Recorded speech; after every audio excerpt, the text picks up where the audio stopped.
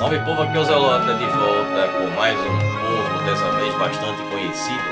Vou falar sobre os bascos. Vamos ver a origem desse povo, desde o período pré-histórico, passando pelo paleolítico, mesolítico e neolítico. Vamos chegar também na idade antiga, vamos ver o período da idade do cobre, do bronze e do metal, até também o período da chegada dos romanos e a tentativa deles de conquistar o território dos bascos, né? Chamado de País Basco nos dias de hoje. Então vamos ver todas essas origens deles, os povos que chegaram por lá, no caso na época ainda pré-histórica, as várias formas de cultura que vão ser desenvolvidas nesse território, algumas locais e outras vindas de fora, e vamos começar a fazer essa investigação sobre a origem dos bascos. Bom, então tem muita coisa interessante para a gente ver de antiguidade, principalmente de pré-história, que é uma coisa que não é muito recorrente eu falar aqui no canal, porque não é muito a minha vibe, mas enfim, faz parte aí do conteúdo. Bom, mas antes de eu começar a contar essa história para vocês, eu peço a todos dessa foto um like, compartilhem com os amigos, que ajude mais o canal a crescer, valorizem meu trabalho e dá uma divulgada boa aqui, porque o YouTube está realmente cortando o alcance do meu canal. Todos os vídeos recentes têm sido aí muito ruins em termos de visualização. Os vídeos antigos é que estão sustentando as coisas por aqui. Então preciso muito que vocês deem essa compartilhada. E quem chegou agora aqui, seja muito bem-vindo. Trago muito conteúdo de antiguidade, Idade Média. Então tem várias civilizações, tem vários reinos, impérios e personagens que vocês podem dar uma conferida lá na minha videoteca. Me sigam nas minhas redes sociais, no meu Instagram, @zelota. Também tem no meu Facebook, os links estão aí embaixo na descrição. E vocês ficarem sabendo sempre que os vídeos forem postados. Também, se você quiser dar uma contribuição para o canal, você pode fazer parte do Acampamento Zelota, que é a nossa área de membros, onde lá vocês vão ter acesso a vídeos exclusivos. E também, caso você não queira fazer parte do Acampamento Zelota, você pode mandar um valeu, que já ajuda demais o canal aqui, o Zelota, dar sequência aos trabalhos no YouTube. E também, claro, vídeos todas as quartas às 20 horas, sempre com a metodologia nada ortodoxa, com muitas imagens, muito conteúdo, sem enrolação.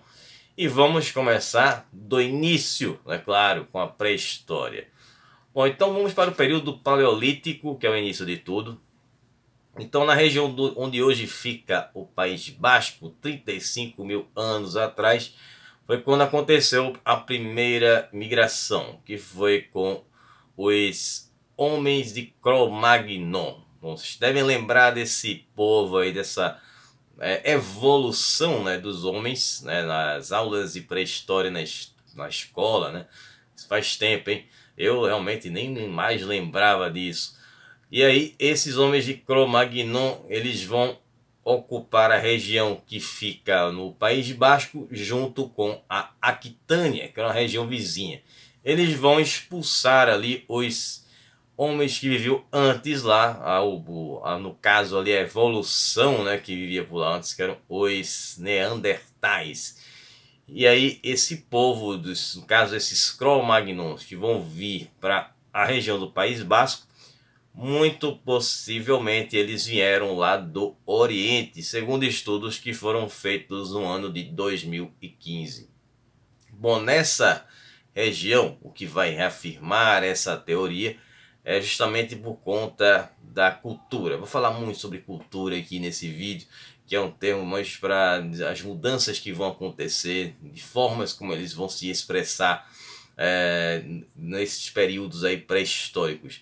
Bom, então esses Cro-Magnons, eles vão trazer a cultura de Aurignaciano, que é assim que se chama, que é uma cultura que era original lá do Levante, né? O Levante que fica lá no Oriente, bem distante aqui da Península Ibérica ou Espanha.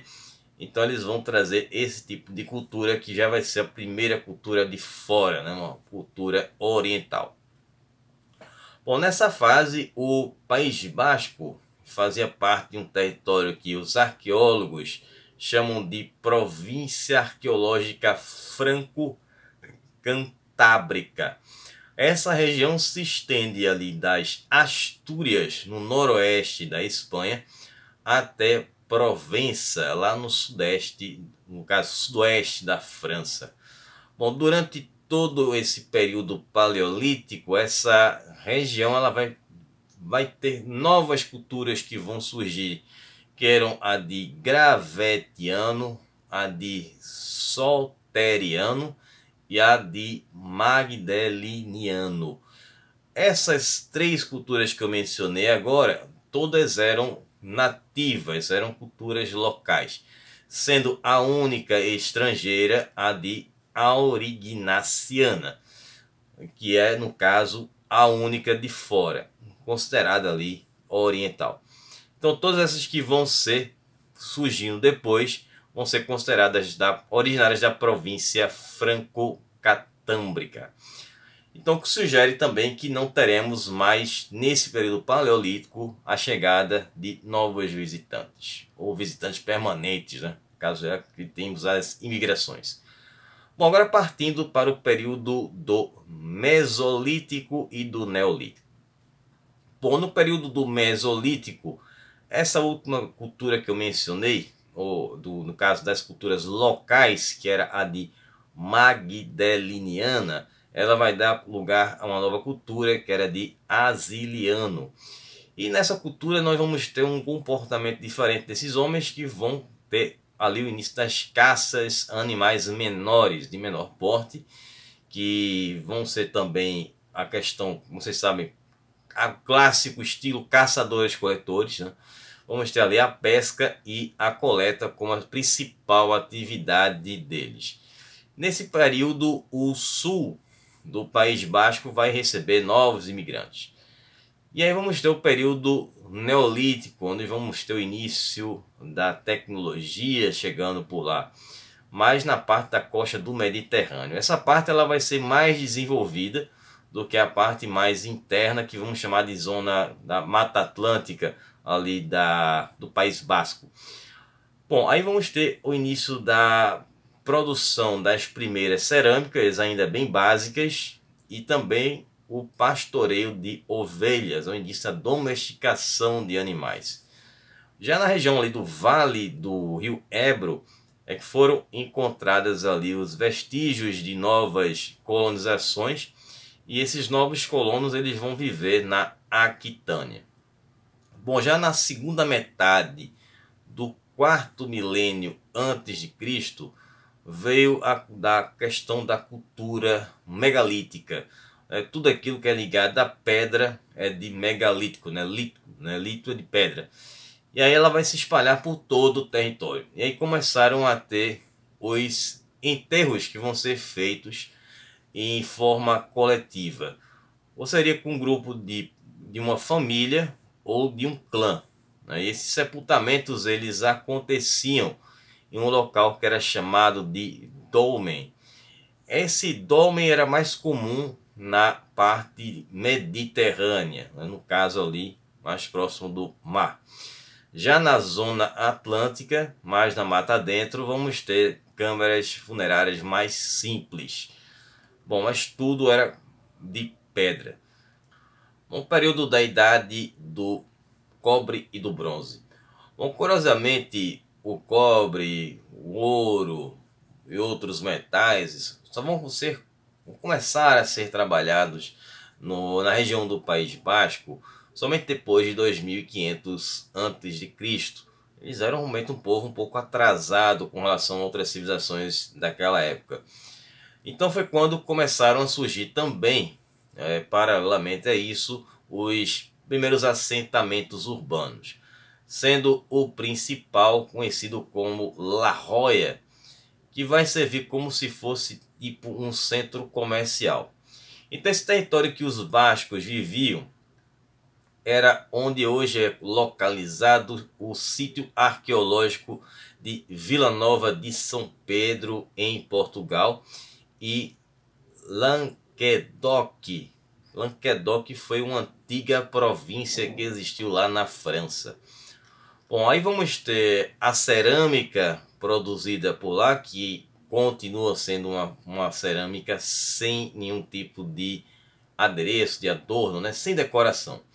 Até a chegada da cultura do vaso de campaniforme, E essa cultura ela é original de onde hoje é Portugal.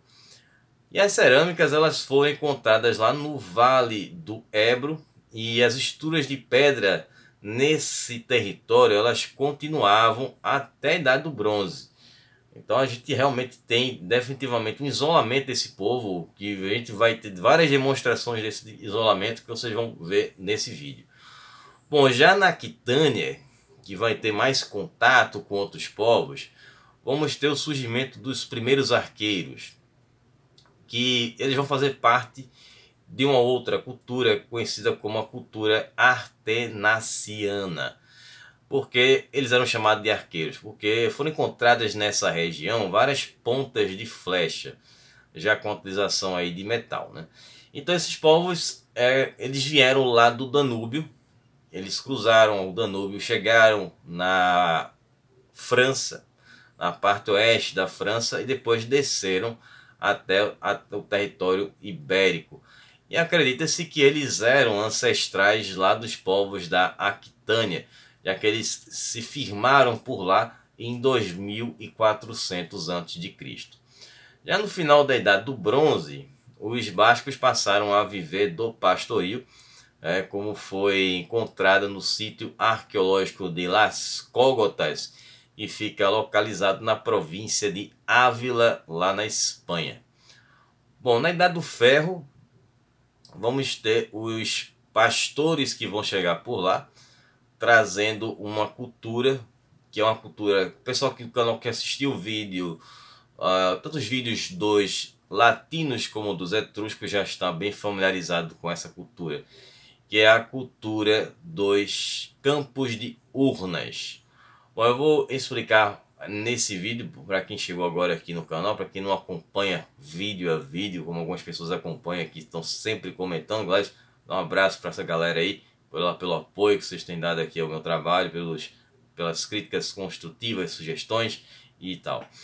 Bom, e aí, essa cultura é uma cultura que é chamada dessa forma porque as pessoas, quando faleciam, elas eram cremadas. A gente já vê uma mudança, né? Você já tinha antes o sepultamento, e aqui nós vamos ter a cremação. Então essas cinzas eram colocadas dentro de vasos de cerâmicas que eram enterrados. Então essa era uma cultura inclusive de origem indo-europeia. E esse vai ser com certeza o primeiro contato dos bascos com povos indo-europeus, né? No caso com essa cultura estrangeira. E eles vão viver nas margens do rio Ebro até o sul do País Basco. Nessa mesma época também chegaram outros povos de uma outra cultura chamada de Hallstatt.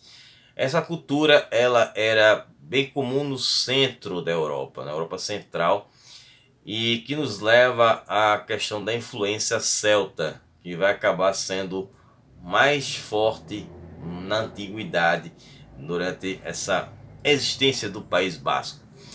Bom, os assentamentos bascos eles vão começar a ser construídos em locais mais isolados, partes mais altas, talvez mais por uma questão defensiva do seu território. Isso vai torná-los aí mais um fator que torna eles mais isolados. E também vamos ter uma mudança da questão das atividades de subsistência deles, né? Vamos colocar assim, até porque não tem registro de comércio, né? Como eles eram muito isolados, da questão da redução do pastoreio e ao aumento da agricultura. Bom, e aí vamos ter a questão também pela essa influência celta, da formação ali dos ciclos de pedra e também do megalítico. Bom, essas duas formações aí feitas com pedra, elas eram muito comuns, na verdade são muito comuns de encontrar lá na Bretanha, no caso Grã-Bretanha, onde se tem ali Irlanda, Escócia, Inglaterra, né, são bem famosas. Não era tão comum ali naquela região da província, no caso Espanha ou Península Ibérica, eu ia chamar de província romana. Bom, depois vai ser, né? Mas não no caso questão do País Basco, com todo o spoiler que eu vou falar mais na frente, mas enfim. Então essa questão vai ser fortemente aí por conta dessa influência celta que chegou na região ali do País Basco. Bom, agora sim falar dos romanos, né? O domínio romano que vai acontecer, a princípio, nós teremos uma ocupação romana na região dos Pirineus e até a Catâmbria. Esse território ele era ocupado por várias tribos nativas, pouquíssimas elas eram de povos que vieram de outros locais, e a que mais se destacava era a tribo dos Vascões, porque essa tribo, ela, além de ser uma das maiores, ela é a que tinha, ou no caso tem, a maior similaridade com os atuais bascos. Então faz muito essa ligação dos vascões com os bascos de hoje, justamente por conta dessa questão do isolamento. Estou insistindo em falar em isolamento, que é justamente porque eu quero chegar no ponto que é a questão da língua deles. Bom, e aí vamos ter esse território, né, dos vascões, que estendia ali ao redor dos Pirineus, ia até o rio Garona, que é um rio que vai da Espanha até o sudoeste da França. Como foi registrado por próprio Júlio César, depois quando ele esteve ali na sua conquista na Gália e escreveu seus registros, seus grandes feitos no Belo Gálico, que é um livro que ele tem aí à disposição, quem quiser ter interesse em adquirir, enfim. Bom, e também tem ali as escrituras que foram feitas na língua aquitânia, que era a língua falada na região, que citava ali alguns lugares e também nome de divindades que eles adoravam. Mas no caso do povo da Aquitânia, não propriamente os bascos. Bom, nós vamos ter, no caso da religião, vou entrar isso no outro vídeo, beleza? Bom, a maioria dessas tribos aquitâneas, elas vão ser subjugadas por Crasso. Esse Crasso não é aquele mesmo Licínio Crasso, né, que fez parte ali de Esparta, aquela história, primeiro triunvirato, não é outro. Esse cara, ele era um comandado de Júlio César. E essa conquista aconteceu em 65 a.C. No caso, eu me refiro à Aquitânia, não ao País Basco, certo? Bom, além disso, os romanos já haviam feito outras conquistas nesse território, tanto que eles fizeram uma torre para celebrar, que foi construída no Monte Uruculo. E essa torre ainda permanece, pelo menos parte dela, de pé até hoje. Bom, os romanos já haviam alcançado a região do Alto Ebro no século II a.C., nas margens do território basco. Os romanos já começam a fazer essas explorações nesse território, mas ainda não haviam conquistado, né? Essas conquistas territoriais dos romanos na Espanha, elas vão começar a se intensificar mais ali no século I a.C., e principalmente na passagem de Pompeu Magno por lá. Quem acompanhou o canal já há um bom tempo, eu fiz todo um trabalho, a história do Pompeu Magno, e isso foi feito ali no início do ano passado, e foi na época em que ele estava no seu início de carreira, e ele é enviado pelo Sulla para fazer uma campanha na Espanha contra o Sertório, né, que era um romano que desertou as guerras sertoninas. Então tem tudo lá no vídeo lá do Pompeu, nos vídeos do Pompeu, né? Bom, então ele, quando esteve na Espanha, além dele estar combatendo o Sertório, ele também vai começar a fundar algumas cidades. E a cidade mais importante que ele vai fundar na Espanha foi a cidade de Pompaelo, que vai ter esse nome, claro, uma referência direta a ele. E a cidade hoje se chama Pamplona, lá na Espanha. Aí o domínio romano ele não foi consolidado nesse território basco até o período do reinado de Otávio Augusto, ou seja, já está falando do início do Império Romano. E isso vai permitir que os bascos eles mantivessem ali as suas tradições, as suas leis. E a romanização nesse território basco ela foi muito limitada na parte do Atlântico. Mais uma vez, vale ressaltar que era aquela parte da mata fechada, que os romanos não queriam se arriscar a entrar ali, porque era perigoso, enfim, não valia a pena.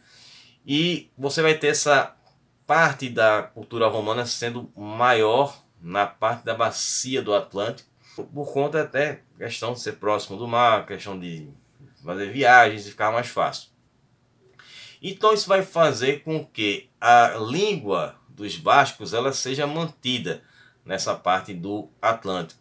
E isso vai levar com que seja trazido até a atualidade, já que a língua falada pelos bascos ela é uma língua única falada apenas por eles. Nenhum outro povo da Europa tem uma língua similar a essa. Então existe essa possibilidade de que os bascos falem a mesma língua desde essa época da antiguidade.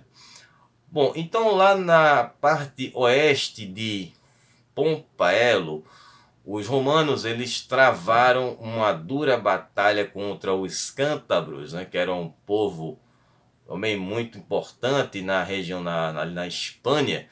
E foi quando tivemos as guerras cantábricas. E foi um período em que os romanos estavam tentando avançar o seu domínio pela Espanha.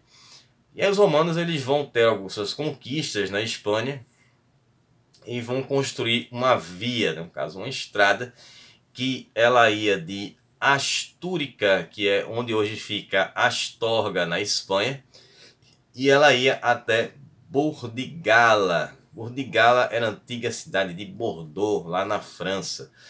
E nessa via foram construídas guarnições ali para proteger o caminho. Agora os romanos não vão só apenas combater esses povos ibéricos, também vão ter alianças com algumas tribos. E a tribo dos Várdulos, que era uma tribo ibérica, ela acaba se tornando ali uma grande aliada dos romanos, ao ponto dos romanos levarem esse povo até a Bretanha para defender a muralha de Adriano. Inclusive eu falei muito sobre a questão da muralha de Adriano no vídeo dos Caledônios, que é um povo lá da Bretanha, e a muralha foi construída justamente por conta deles. Então quem quiser saber mais detalhes, vou deixar o card aqui se vocês tiverem curiosidade de conhecer melhor essa história. Bom, então os romanos eles fizeram essas alianças e essas tribos elas vão ter ali uma autonomia, vão continuar vivendo os seus costumes, vão manter as suas tradições. Isso aí dentro do território do Império Romano. O historiador Tito Livio, famoso historiador romano, ele fala dessa divisão de romanização desse território dos bascos. Bom, existia dois pontos que eram conhecidos como Ager e Saltus Vascono. Segundo Tito Livio, que seria considerado ali Ager seria os campos da bacia do Ebro, O Ebro é o maior rio ali da Espanha, ou é o mais importante da Espanha, o maior da Espanha, mas enfim, é um rio importantíssimo lá na Espanha nos dias de hoje. Então essa bacia do Ebro é onde era esse chamado ali de Ager, e Saltus Vascono era nas montanhas do norte. Bom, a região do Ager, até pela questão da bacia, a água dá mais facilidade, era um local onde a romanização ela foi mais bem sucedida.